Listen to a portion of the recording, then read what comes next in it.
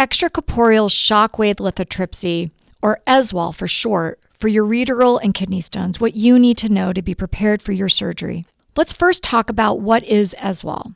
ESWL, or extracorporeal shockwave lithotripsy, uses shockwaves to break a kidney or ureteral stone into small pieces so that it can then move easily through the urinary tract and pass from the body.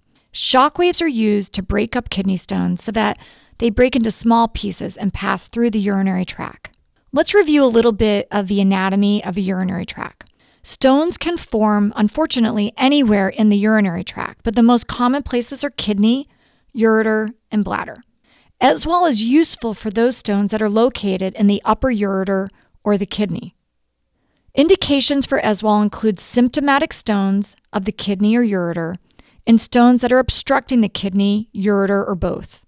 There are some alternatives to ESWL. You can consider conservative management, treatment with medications that may facilitate stone passage, as well as pain medication.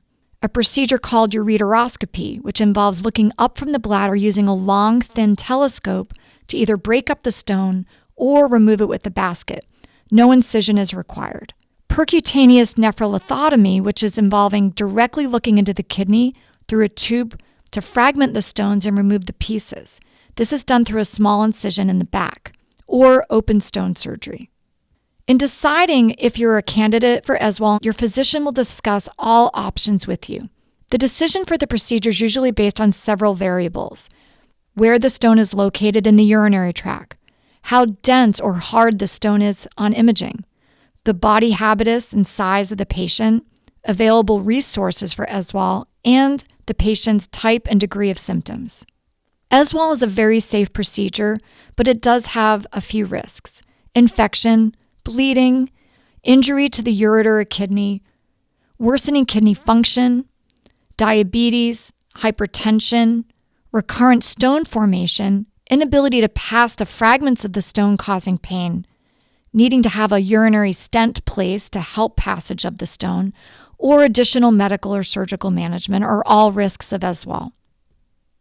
The procedure is usually performed in your urologist's office or in the ambulatory surgery center. These are usually located adjacent to the office or in very close proximity. And these centers are specifically designed for outpatient procedures to be performed. Some patients may need their procedure performed in a hospital because of underlying medical conditions. So the procedure itself involves bringing the patient into the procedure room and having them lay down on the table. The patient will have anesthesia, and then X-ray or fluoroscopy will be used to locate the stone in the urinary tract. Occasionally, ultrasound is also used to help locate the stone. Shock waves will then be focused on the stone, and the stone will be monitored during the procedure with fluoroscopy to see if it's breaking up and fragmenting successfully. After the procedure, you'll be brought to the recovery room where you'll wake up. You may have some redness or bruising on your side or back from the shock waves.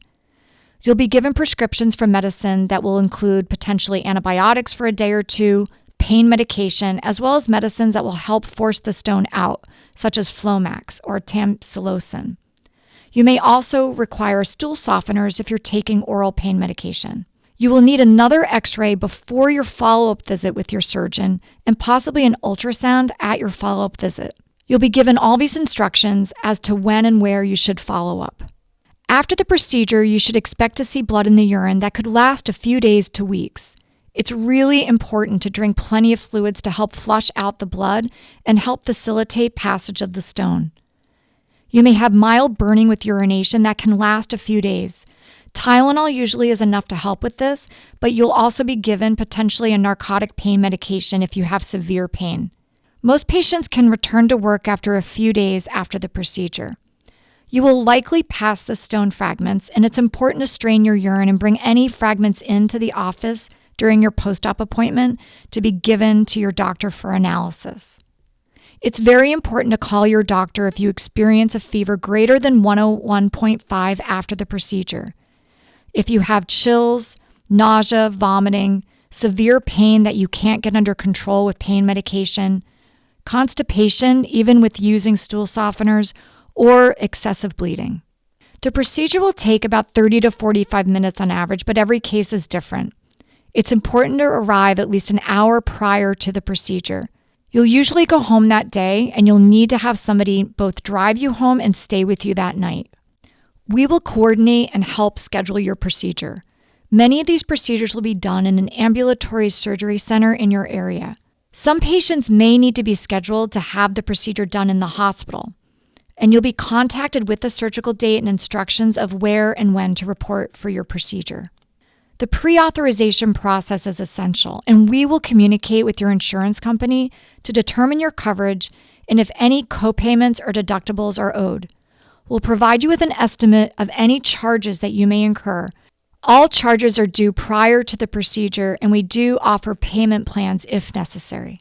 In terms of preparing for surgery, you will need to see your primary care physician to obtain a physical exam, blood work, and maybe an EKG. We'll provide a list of tests that you will need for surgical clearance.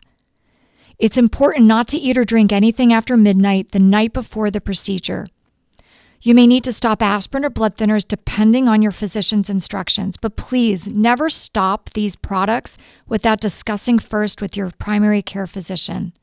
Please bring a list of your current medications with you to your procedure, and you'll need to arrive about 1 hour before the scheduled surgery. It's important to have somebody drive you that will need to be there waiting the entire time and then drive you home after the procedure. In terms of urinary stone disease, you may be at risk for making more stones. You should discuss with your urologist additional workup and therapy to help prevent this from happening. All stone formers are greatly encouraged to drink large amounts of fluids. We do hope that your procedure goes well and that you have a speedy recovery. We greatly appreciate your feedback regarding your procedure because we're always trying to improve the care that we provide our patients. If you have any questions regarding your procedure or your recovery, please contact your doctor. Thank you.